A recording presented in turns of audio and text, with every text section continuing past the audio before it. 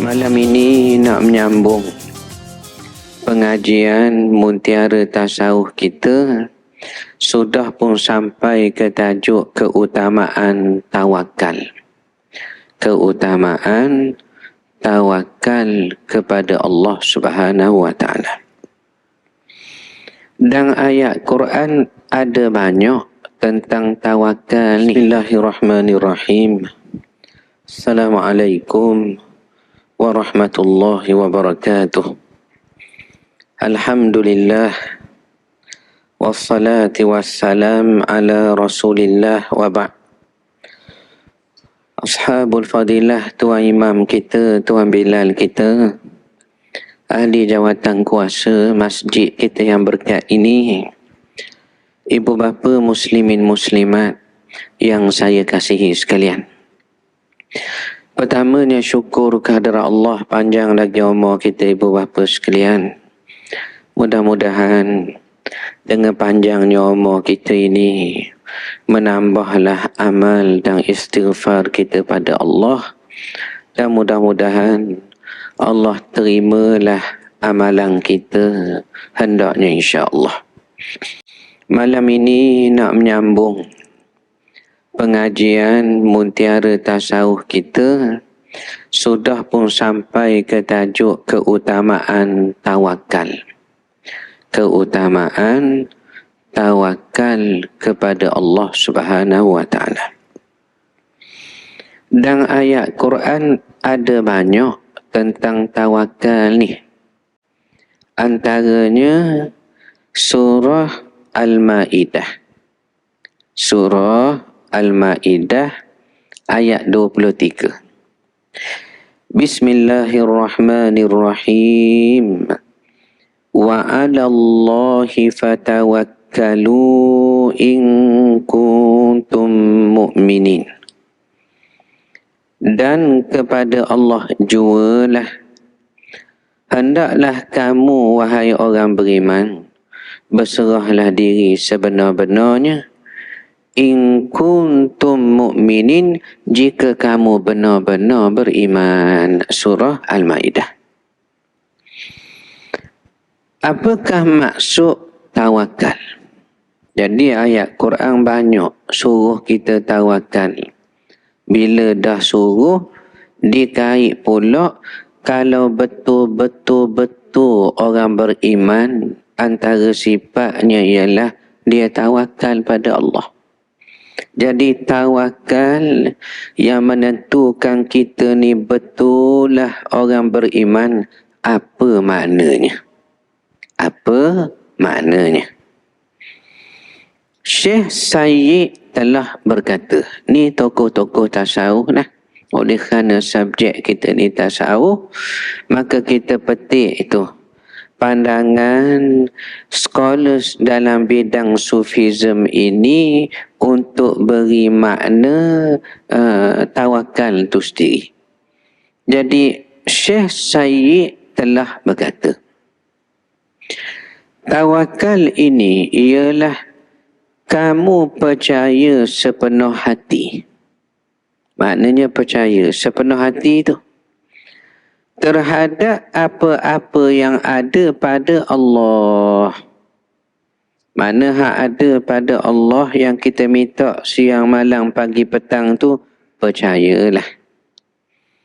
Dan waktu yang sama kamu putus asa terhadap apa-apa yang ada pada manusia. Maknanya dia kata tawakal ni, kamu percaya sungguh, yakin sungguh apa yang Allah tentu tu percaya. Dan kamu memutuskan apa-apa pergantungan terhadap manusia. Ini maksud tawakal, kata Syekh Sayyid. Ibnu Ujaibah berkata, ni tokoh yang datang kemudian daripada Ibnu Athaillah. Lalu Ibnu Ujaibah ini antara scholars yang menghurai, mensyarahkan kitab hikam Ibnu Athaillah itu. Jadi Ibnu Athaillah yang jadi dasar pengajian kita karya ini meninggal lama dah ibu bapa sekalian, lebih kurang 800 tahun dah. 800 tahun dah.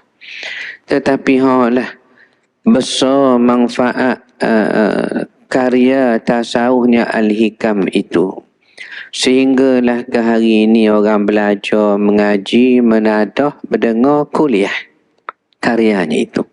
Jadi ulama hak mari kemudian menumpanglah berkat kitab hikam ini, lalu mereka khidmat kepada kitab itu dengan cara hurai supaya orang kemudian baca jangan salah faham daripada apa maksud penulisnya, ataupun syarah, ditahqiq hadis, ditambahnya dalil supaya apa yang disebut cara tasawuf dipaham ada Quran ada hadisnya. Jadi antara ulama kemudian hak mari menghuraikan kitab hikam supaya kita ni jadi faham betul macam penulis maksudkan, antaranya Ibnu Ujaibah. Inilah Ibnu Ujaibah.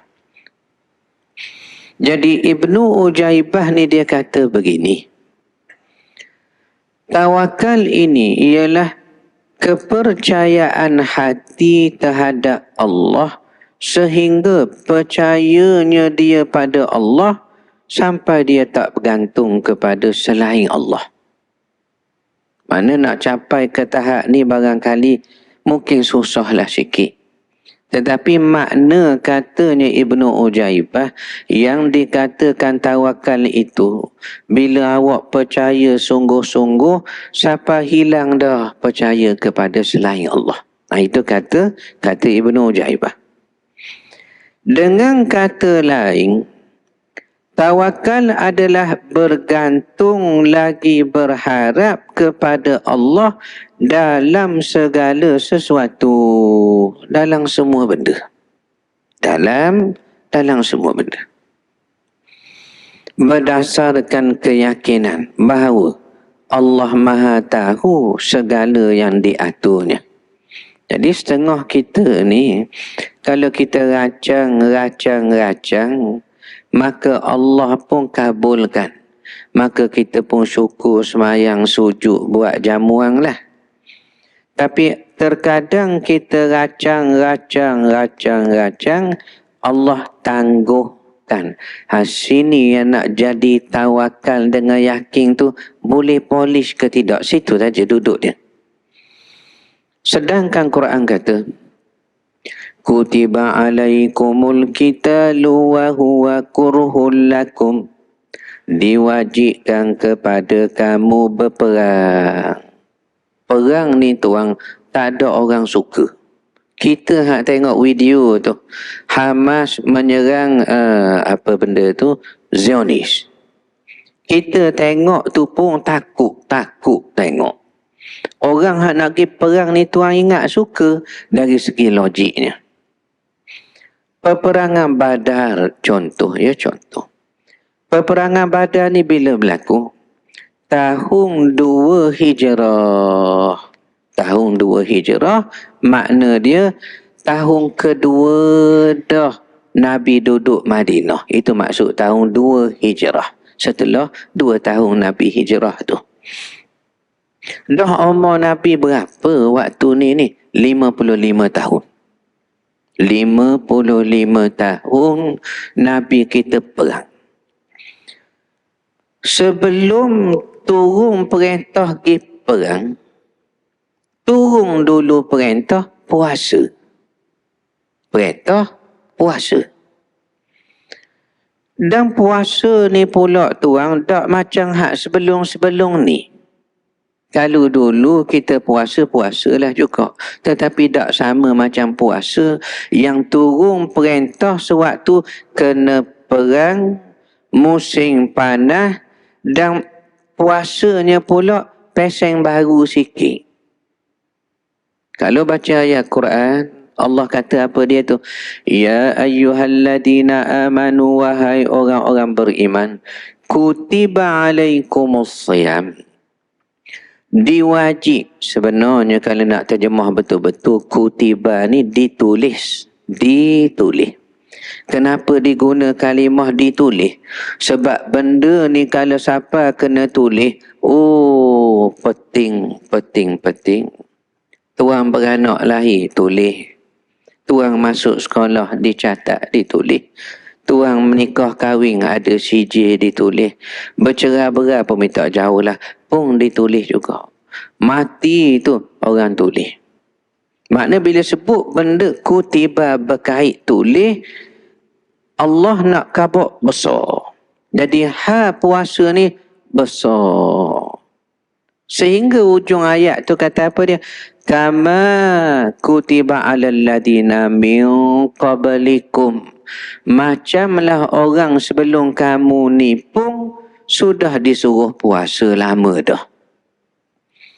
Maknanya ibadat puasa ni jangan kita sangka ia berlaku ketika tahun kedua hijrah, turun ayat ni, umur Nabi 55 baru puasa. Dah. Puasa ni lama dah tuan. Sebab Quran kata, seperti orang dulu sudah puasa. Siapa orang dulu tu? Sila jemaah sekalian, patut ada seorang wakil malam ni jawab soalan mudah saya ni. Siapakah orang mula-mula puasa? Siapa? Saya beri RM10. Siapa-siapa hak dapat jawab, saya beri RM10. Beri sungguh ni pitih tak ada. Pinjam tabung masjid ni dulu RM10. Siapa orang mula-mula puasa? Apa dia?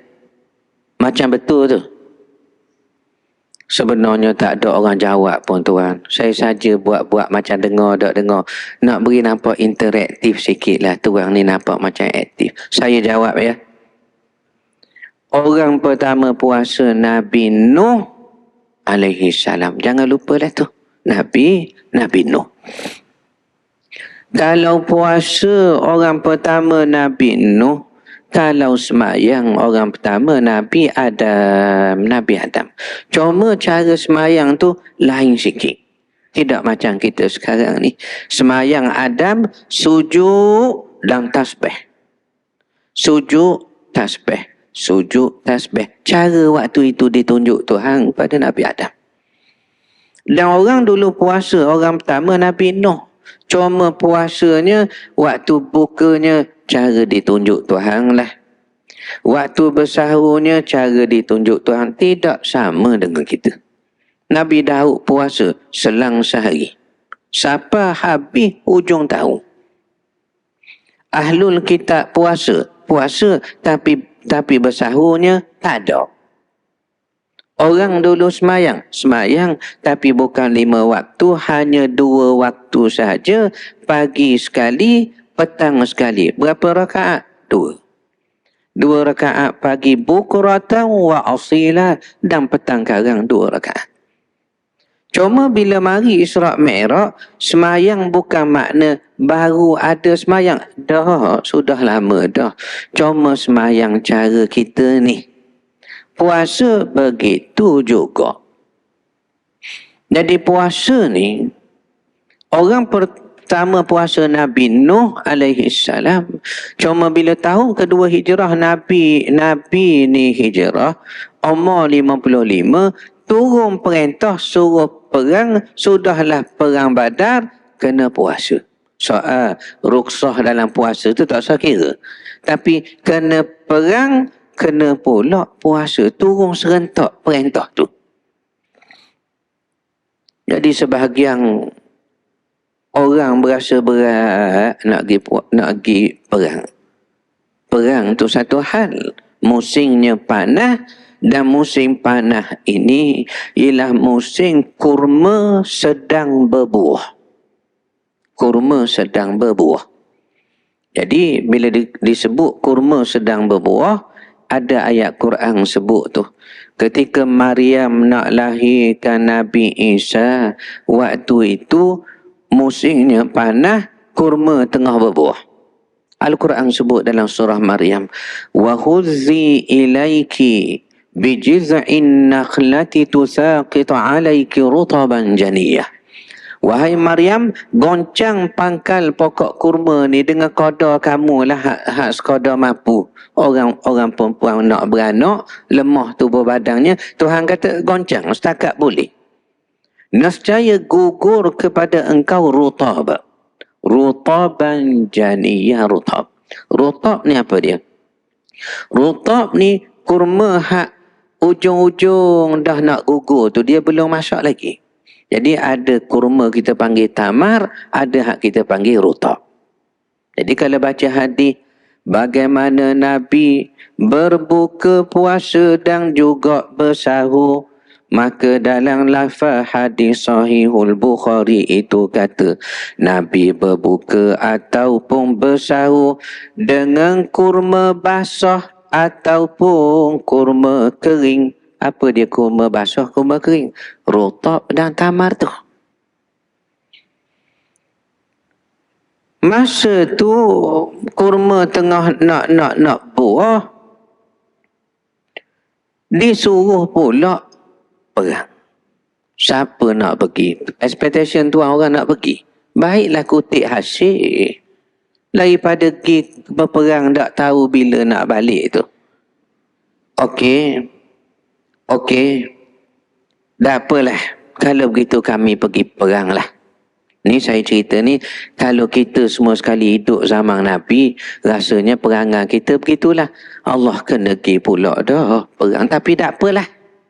Kalau tak pergi kau orang kata apa pula. Cuma nak pergi ke mana? Perintah puasa pula dah. Tidakkah orang nak pergi perang ni dia fikir panjang. Jadi Quran kata tadi, kutiba alaikumul qital, diwajibkan kepada kamu ni pergi perang. Wa huwa kurhul lakum, sedangkan perang ni kamu tak suka. Tapi Islam kata gini, Islam ajar prinsipnya, asa an tuhibbu syai'an wa huwa syarrul lakum. Ada benda kamu suka boleh jadi tak berapa baiklah bagi kamu. Wa asa an tuhibbu syai'an wa huwa syarrul lakum. Ada benda yang kamu suka kurang baik pada kamu, ada benda yang kamu tak berapa suka sebenar-benarnya baik bagi kamu. Wallahu ya'lamu wa antum la ta'lamun. Sedangkan Allah lebih tahu, kamu tidaklah tahu. Quran sebut. Makna kata tadi, bila disebut Ibnu Ujaibah tawakal ni, kamu terimalah, dia kata. Terima. Dan yakinlah bahawa segala ketentuan Allah itu baik. Baru dinama tawakal. Kerana haklah kita tak tahu. Baik buruk ni tak tahu. Saya baca satu poster di hospital pengajar UPM Serdang. Hospital pengajar UPM, HUPM Serdang. Dalam beberapa hari sudah. Jadi ada satu poster tu di hospital tu, dia tepek dinding. Dia kata apa dia? Dalam 3 orang manusia, makna rakyat di Malaysia ni lah, kajian di Malaysia. Dalam 3 orang rakyat Malaysia, seorangnya sakit jiwa. Allah. Ni dia buat kajian 3 orang, seorang sakit jiwa.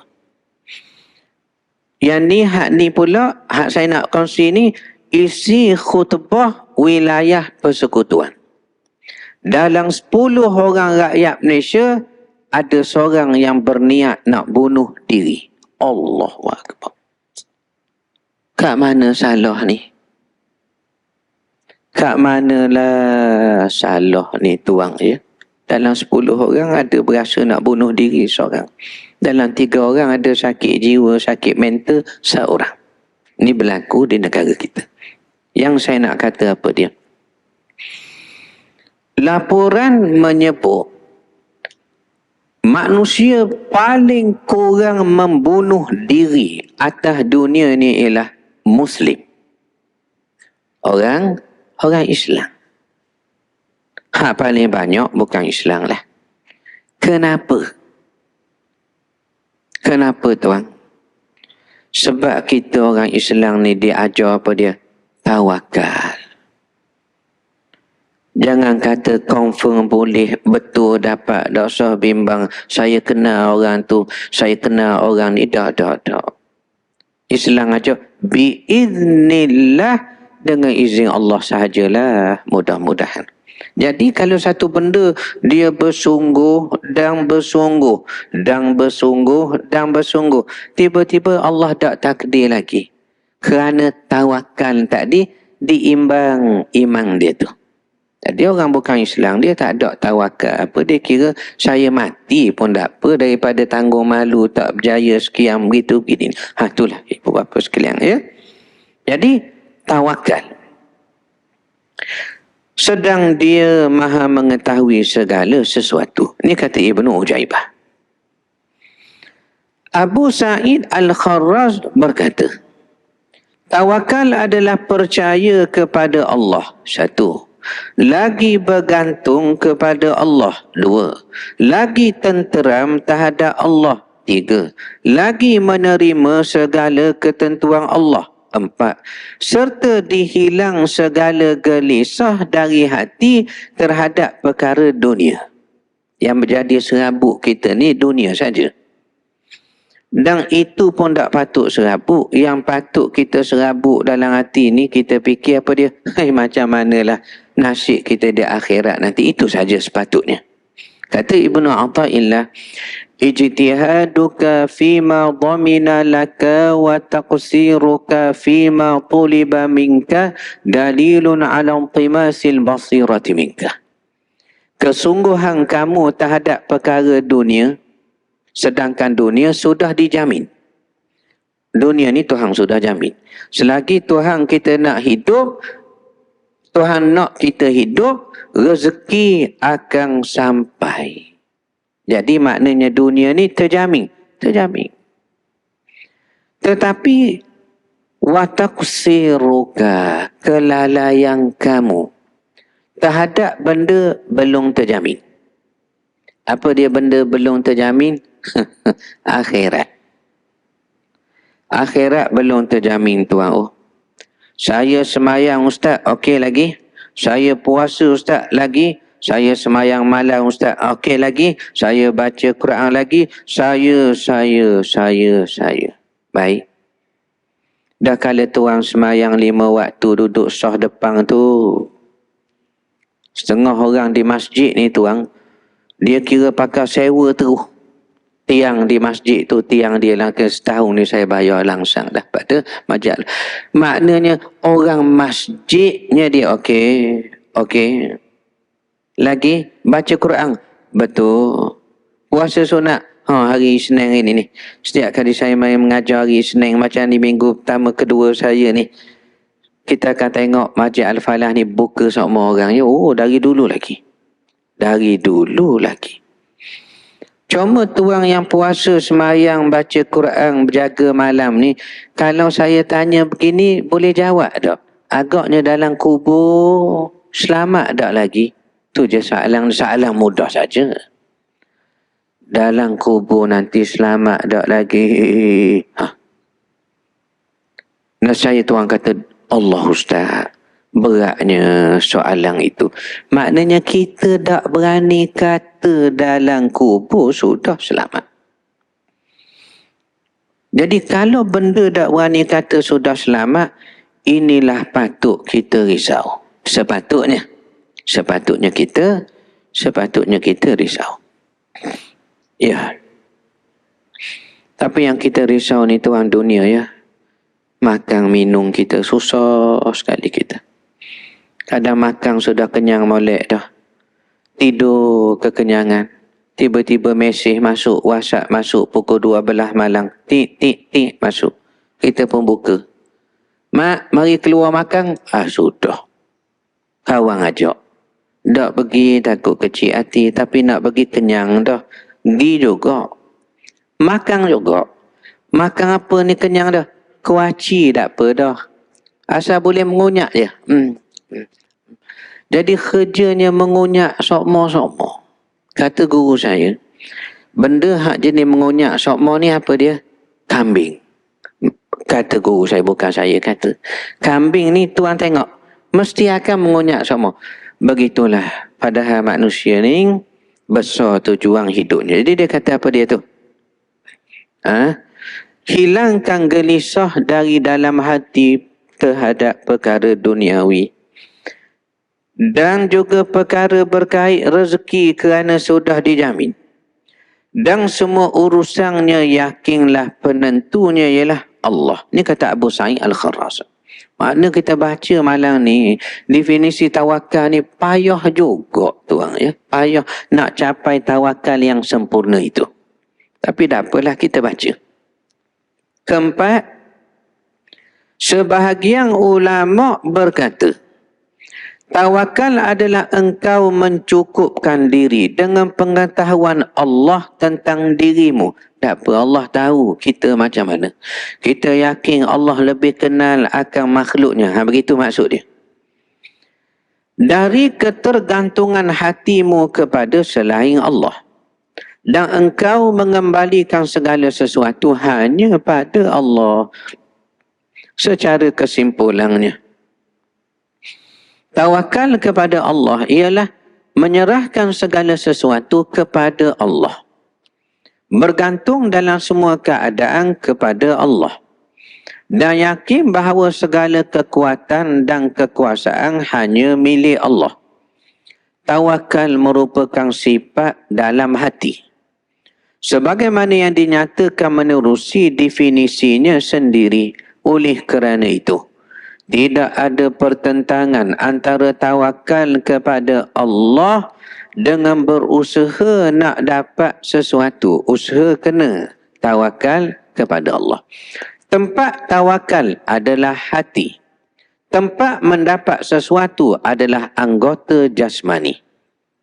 Bagaimana seorang mukmin boleh meninggalkan usaha kerana semata-mata kepada tawakal? Setelah Allah dan Rasul memerintahkan manusia usaha, lalu diiring dengan tawakal. Itu maksud dia.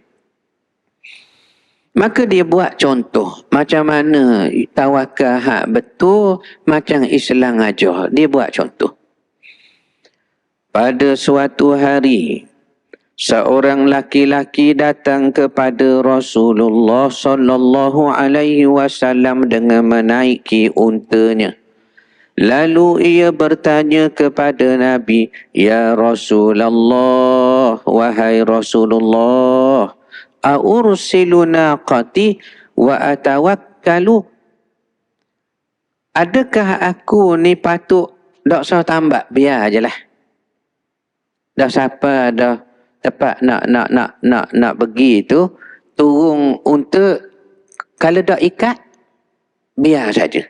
Lalu aku bertawakal, cukup ke begitu Rasulullah? Maka Nabi kata, "I'qilha wa tawakkal." Ikat dulu, baru tawakal. Nampak tu? Usaha dulu. Ikat dulu, kemudian, lah tawakal lah. Kadang, walaupun ikat, dah nak jadi tak ada rezeki, dia curi dia orangnya, dia hambat dia orang, apa boleh buat?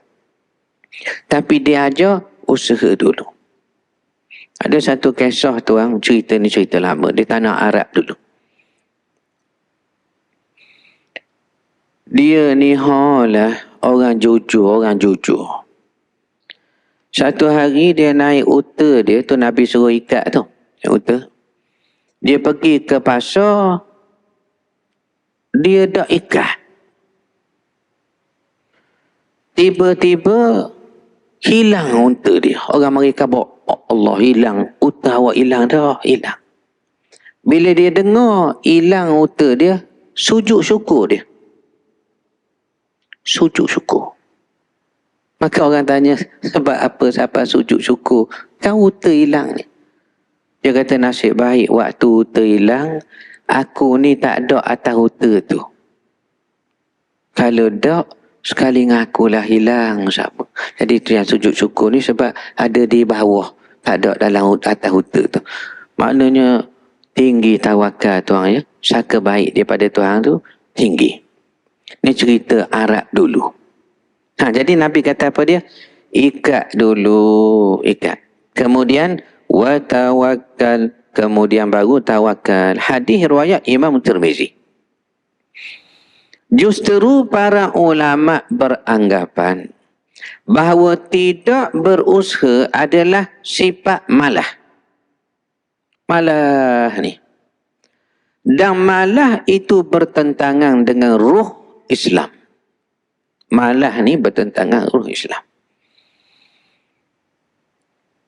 Para sufi menekankan hal ini sebagai satu pembentukan dalam meluruskan pemikiran dan meluruskan jawapan atas pelbagai keraguan yang memberi impak negatif kepada ahli tasawuf yang meninggalkan usaha.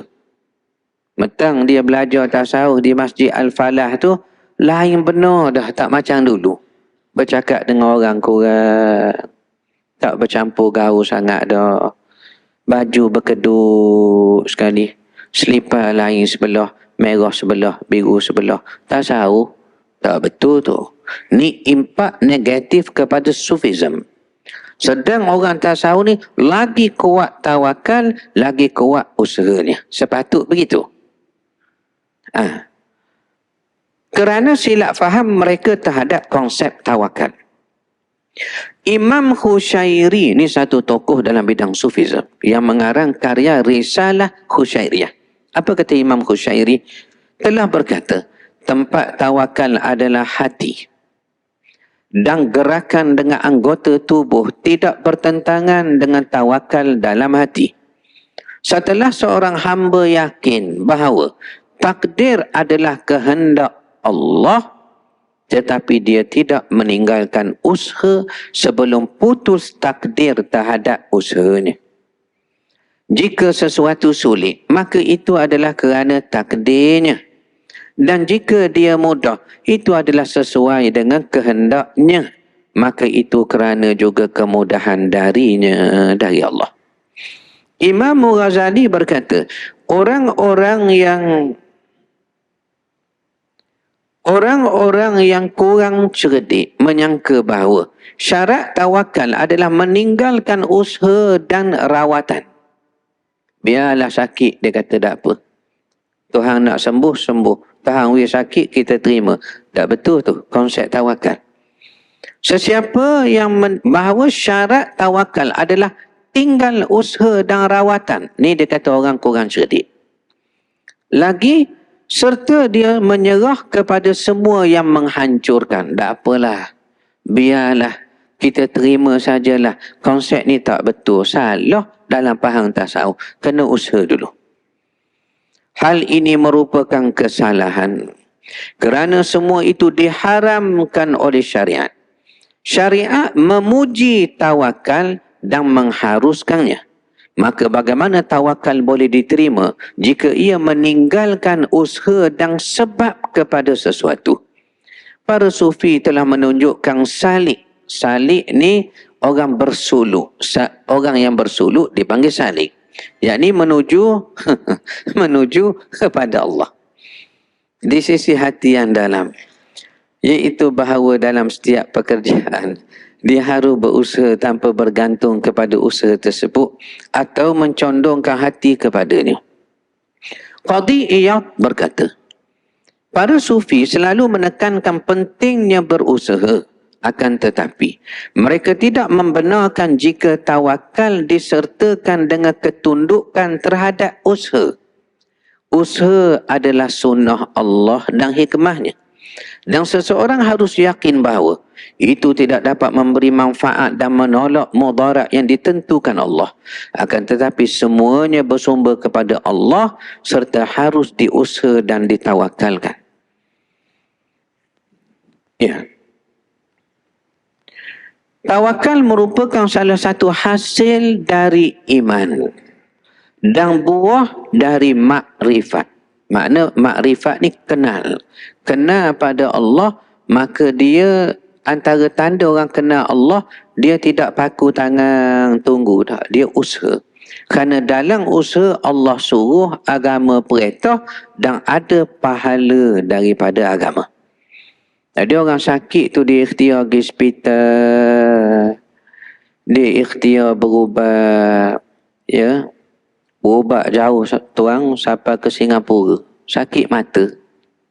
Tak baik-baik berubat di Kuala Lumpur, berubat di hospital, klinik Dr. Ismadi di Singapura. Oh, jauh dia pergi tu. Betul dah tu. Mana Tuhan puji? Tuhan puji. Tuhan kenal lah Dr. Ismadi ya. Kenal lah klinik mata di Singapura tu. Dalam cerita ibu mertuaku tu. Ya. Maka sejauh itu pula lah tawakalnya kepada Tuhan. Sesungguhnya yang bertawakal kepada Allah hanyalah orang yang tidak melihat melainkan hanya Allah.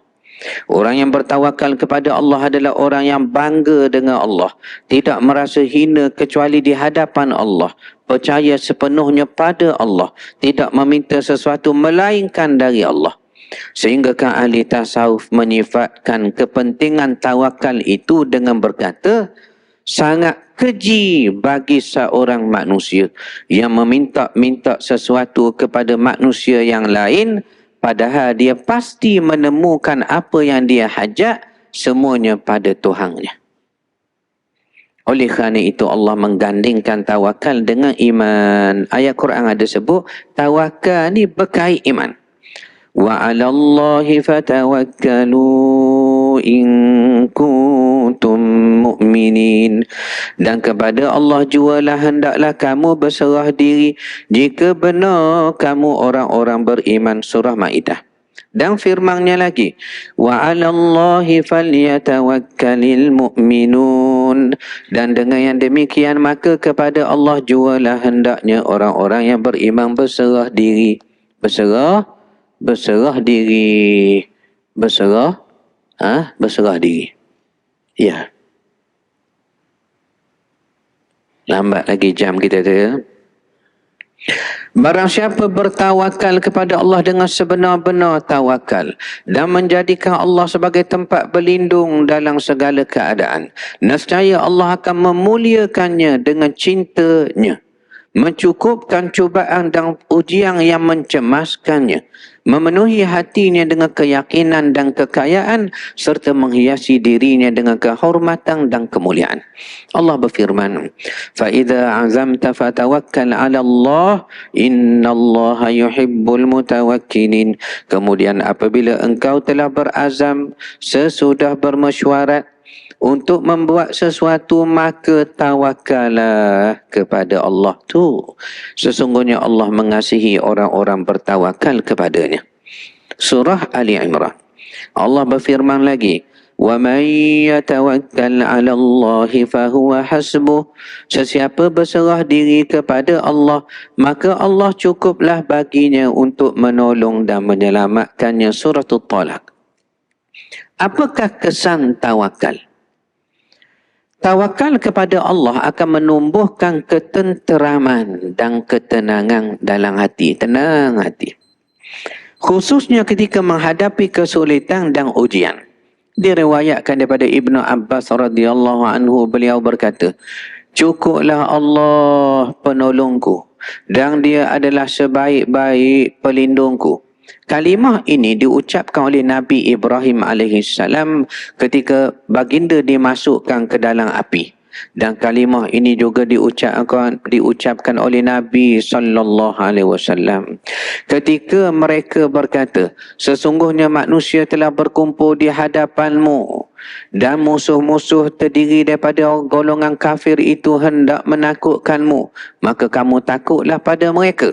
Maka ayat ni Nabi pun sebut, hasbiyallah, cukuplah Allah, hasbiyallah, cukuplah Allah. Riwayat Bukhari. Maka orang yang bertawakal kepada Allah benar-benar redha akan ketetapan takdir dari Tuhannya. lagi pasrah jiwa kepada kehendak Tuhannya, dan tenang ia menghadapi hukuman dan ketentuan dari Tuhannya.